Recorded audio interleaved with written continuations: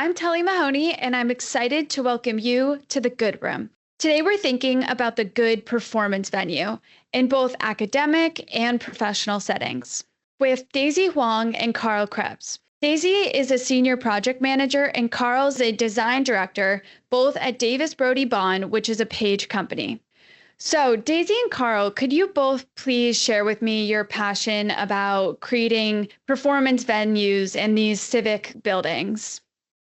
So I think as an architect, we've always find public buildings the most interesting, the most appealing projects. They're buildings that really engage in the life of communities and they work in the civic realm. But I think what's been interesting about working on performing arts venues, which Daisy and I've done several now, is that it's another dialogue that we have that you don't normally get, which is with artists who understand these spaces in a way that's quite different. And they allow you to see what you're designing in a new way. In many ways, what we're designing is a canvas for them, and they bring an entirely different perspective to how people can perceive and live in these spaces.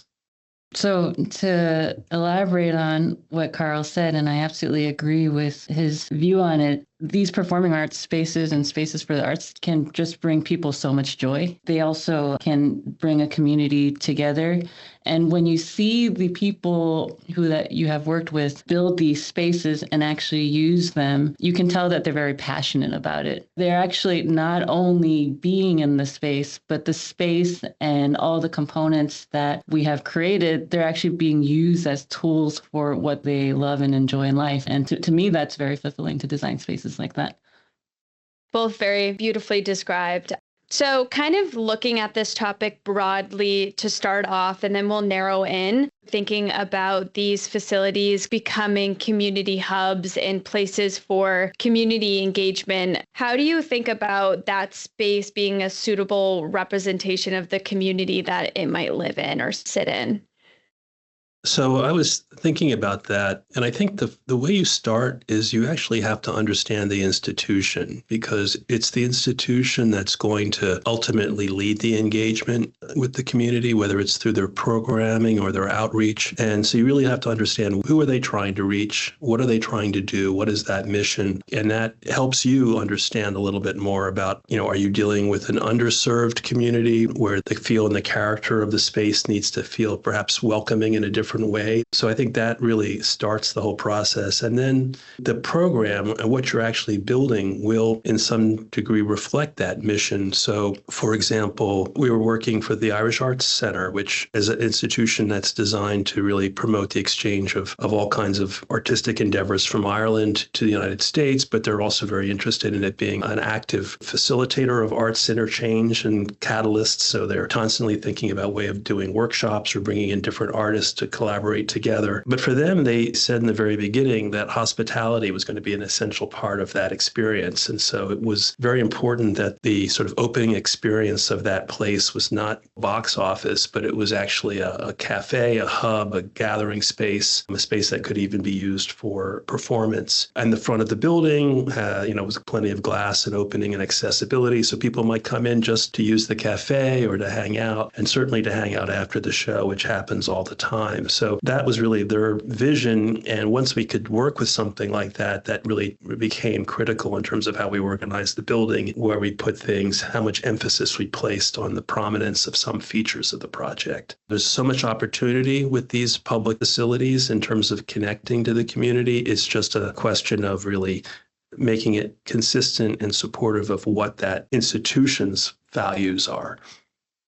One of our clients said something to us that was just very wonderful. She basically said that performing arts venues, whether they're theaters or other types of spaces, their value is not only as a place of joy and community connection, but they also bring a community together in times of turmoil. She had noted an example of during 9/11, for example, in New York City, people were looking to the arts and the arts community to put something out that would help to connect people and also use these spaces to help connect people. And I think that's a really powerful thing that these spaces for the arts can do. And they also can be incredible outreach or educational facilities. A lot of Our clients, they open their spaces to high school students, host summer programs. They do things like that to really engage with the younger generation.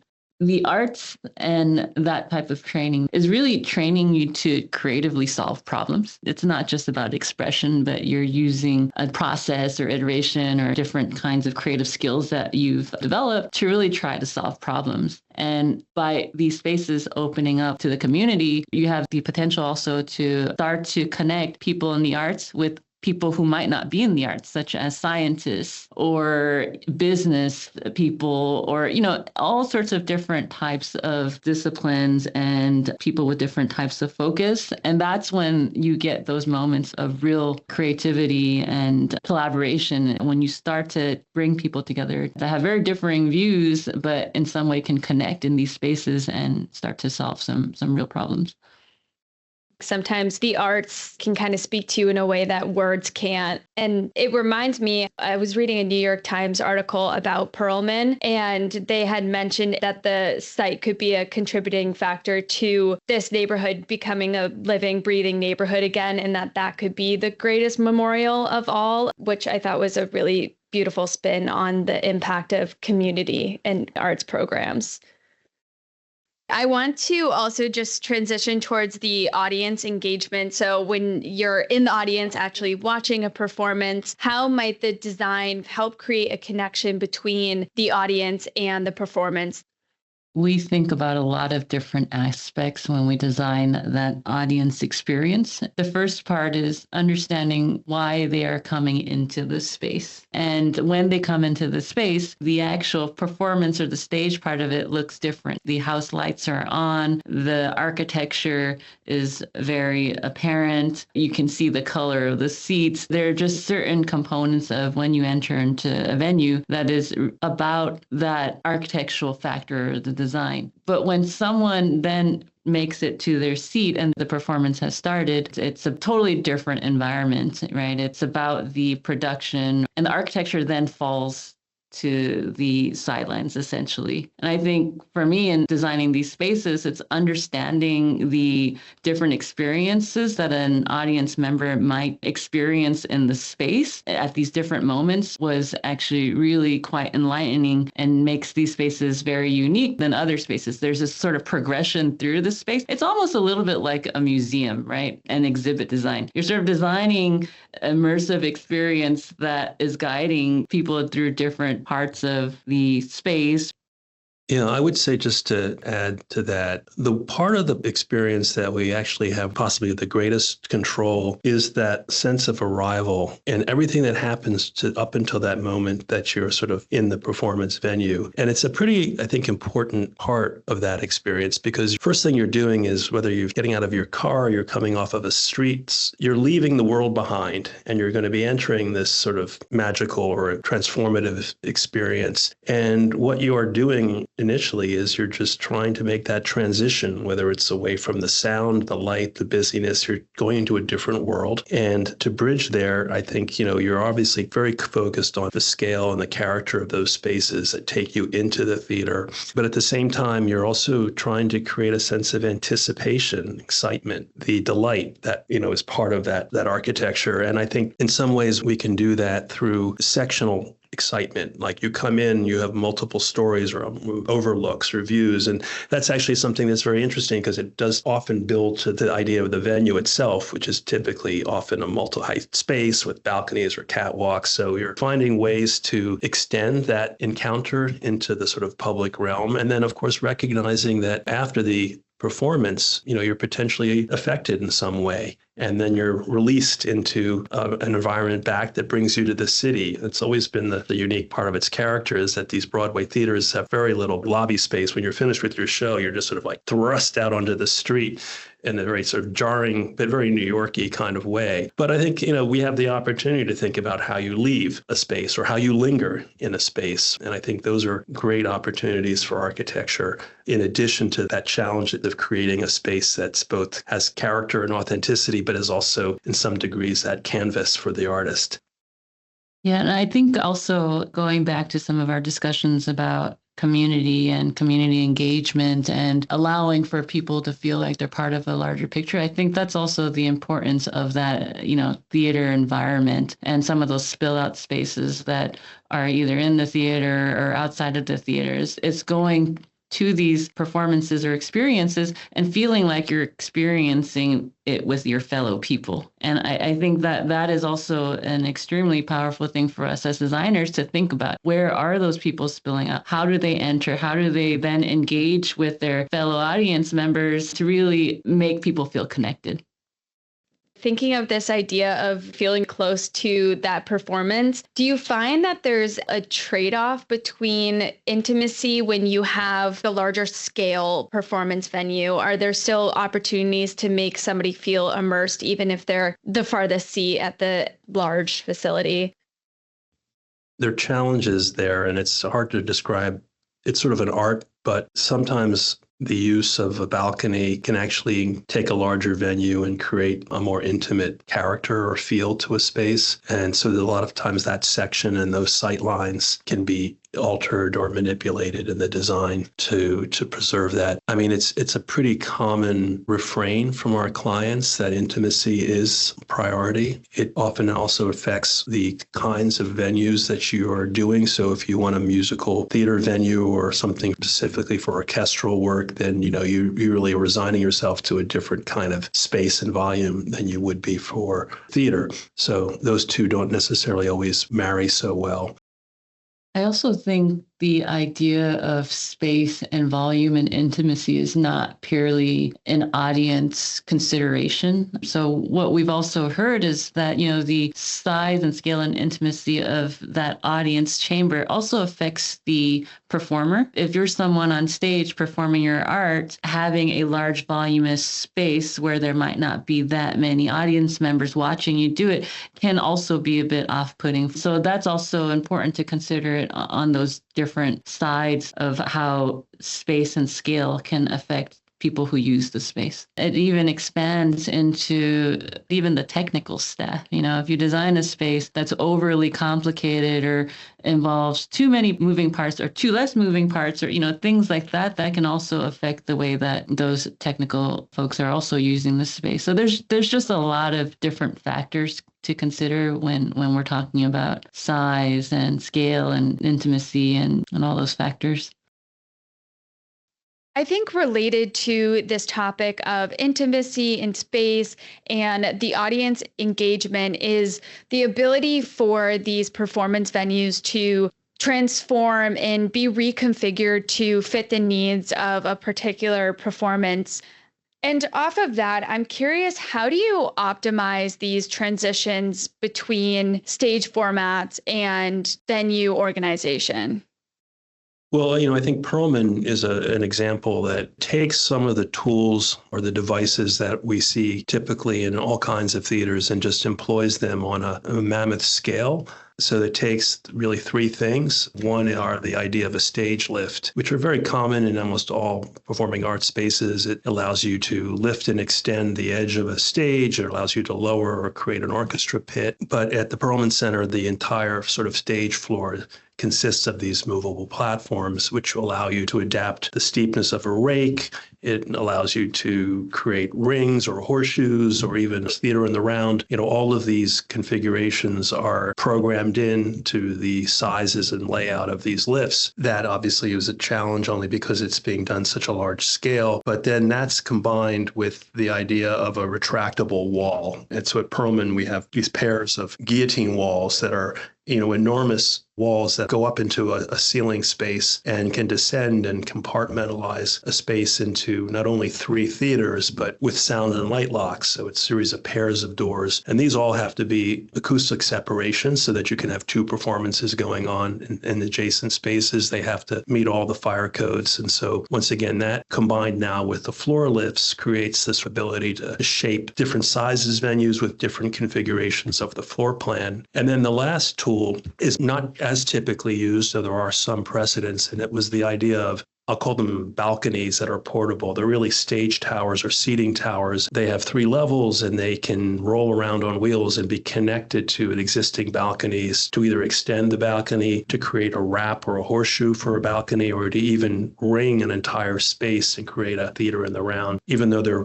portable, almost like pieces of furniture or stage scenery, they need to be architecturally performative. They have to meet the codes. They have to meet the rigidity of the structural requirements. They have to plug in to the fire and life safety and electrical systems. So these 3 things together actually allow this sort of quite unlimited configuration capacity. It's a really great question about how much flexibility is too much flexibility. I think we talk about this a lot because I think, as Carlos said before, can't necessarily do everything with one space, right? There's going to be priorities. And so I think what's unique about these types of spaces in terms of flexibility, though, it's not only what we integrate into the design that changes the space, it's also the set of users that are using these spaces that can completely transform it. And so they have this specific vision as well that from a production standpoint is different from the architectural or the technical rigging components, right? And I guess I would also add that flexibility doesn't always necessarily mean a highly mechanized component. Certainly those orchestra lifts and those motorized rigging components provide an easy way to transition, but sometimes we've designed spaces to just have very simple ways to adapt to space. For example, it could simply be a set of curtains that get manually drawn across. It could be a series of, shells or other things that come out manually into space that recreate that area. It's really about how the components are flexible and can change, but it also, a big part of that are the people who use those spaces, the creativity that they have in their minds to transform a space. We've been very fortunate to have designed and constructed several of these theaters. And each time I go back to one of these spaces and I see a production, I'm always shocked at what has happened in that space. The users have sort of exceeded what we thought they could do. You often have opportunities when you're able to design more than one venue for a client. Obviously, we at NYU, the graduate acting program, they had 2 distinct theater types. So not one theater that had to do everything. Another one of my clients were in the process of developing a phase 2 to create a second venue. And the idea for them was this second venue would be a little bit smaller, a little less complex, and it would allow them to actually have artists who couldn't sell out the main venue for a week, but would actually do really well for 1 or 2 nights. But they needed to turn the space over more quickly. They needed to operate it at a slightly less expensive setup. So that's the other factor is there a way to scale your venues and their technology to different purposes so that you don't have to do everything in one space? I'll also add that a really interesting aspect that I never considered prior to working on Spaces for the Arts is that acoustics is also flexible, right? It's part of that flexible environment for these spaces. So you can integrate things that tip and fly or roll up and down or are on hinges that turn one way and is very reflective on one side versus absorptive on the other side. And prior to designing these types of spaces, I didn't understand that that is also a component that can be integrated in a very flexible way for these spaces to do different things. Yeah, or even just to tune a space for slightly different compositions. Exactly. Right. Exactly. That's also extremely critical for these spaces.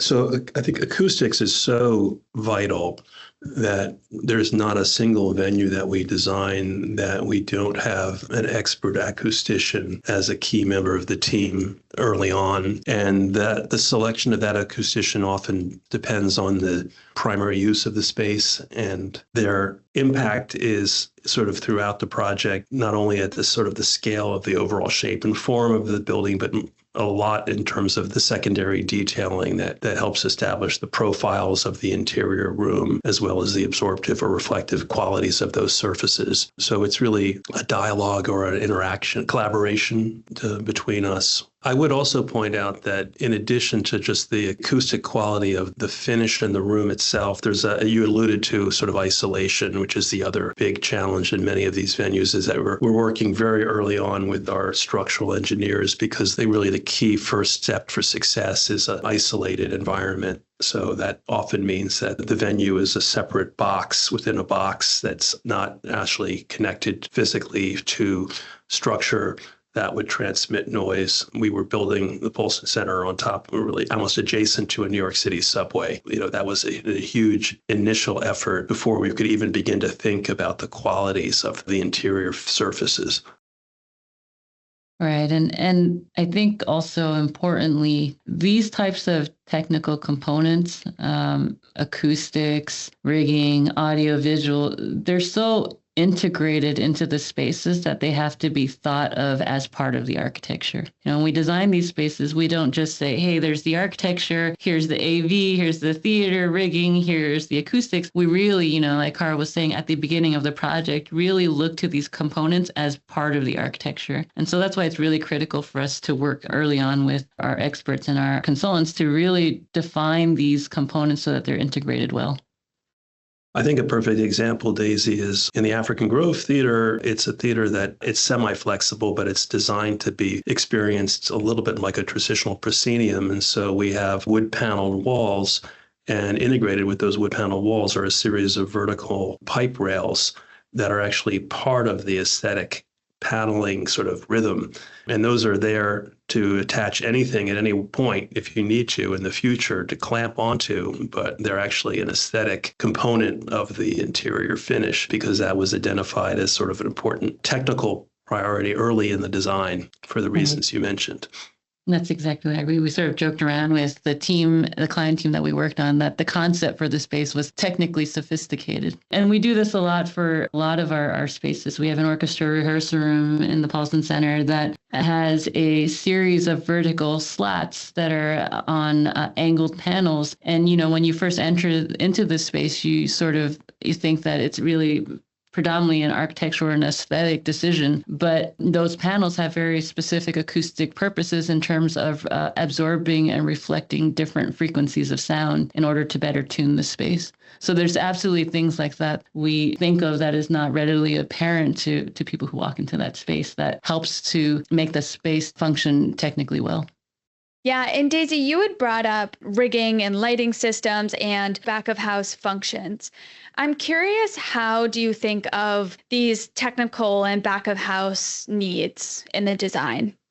To talk about the back of house in general, I think one has to acknowledge that it's always a struggle in designing these spaces, especially when you're dealing with urban sites such as we have, that you're just competing for so much real estate. And ultimately, the public side typically trumps the back of house. So often what we're really trying to do is to be really creative and adaptable to make those back of house spaces do as much as they can, whether it's double, triple duty spaces. Whether you have rehearsal spaces that are behind the public side that can end up being an expanded dressing room for a huge company, whether the shops, if you have shops, and many of our theaters do not have shops, can they be flexible and adaptable? And how far away can things go? Can we use section and upper levels? And we have plenty of situations where dressing rooms are not located on the same floor. It's always a challenge. And then I think you combine that with the idea that your space is so flexible that you have no idea where the stage might be on one show to the other, and that the audience might enter from one side or from another side. So I think you just really have to be very nimble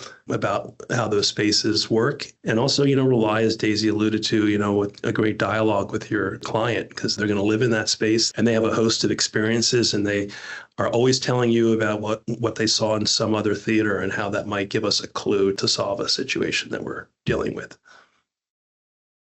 I've enjoyed working on ground up performing arts building because you start to integrate components about inclusivity and accessibility into these back of house spaces. For our Paulson Center project, when we started to look at the different venues and the fact that the building was essentially a learning space for all sorts of different types of faculty and student, people of different mobility issues, just all sorts of different types of people that will be using these spaces, it was really important for us to think about these back of house spaces as accessible for all. We made moves such as aligning even the catwalk levels with the levels that had elevator access, because we acknowledged that someone with mobility issues might want to learn about rigging a light fixture on that catwalk. They might want to learn about other components that are accessed from those technical levels. These sorts of universal design aspects extend into even the dressing rooms, for example. There's actor equity regulations about how wide your dressing station should be, to provide sufficient space for people of different needs. I think that is really great for us to remember the opportunity of these new buildings to make those spaces universally accessible. Yeah, Daisy, I'm so glad that you brought up that point. I was originally thinking of inclusivity and accessibility from the audience perspective. So thinking about advanced technology that can enhance the user experience for those who might need it. But I'm glad that you brought it up from this back of house perspective as well, and how this should be an emerging consideration in both portions of the facility. And I think on that note, this is a really great place for us to wrap up this conversation. So I want to thank you both, Carl and Daisy, for joining me to talk about what makes a performance room good. And for everybody who's listening, please don't forget to subscribe to The Good Room to get notified when we release our future episodes. Thank you. Thanks, Tully. Yeah, Great. It was really great. Thank All you. right. Bye.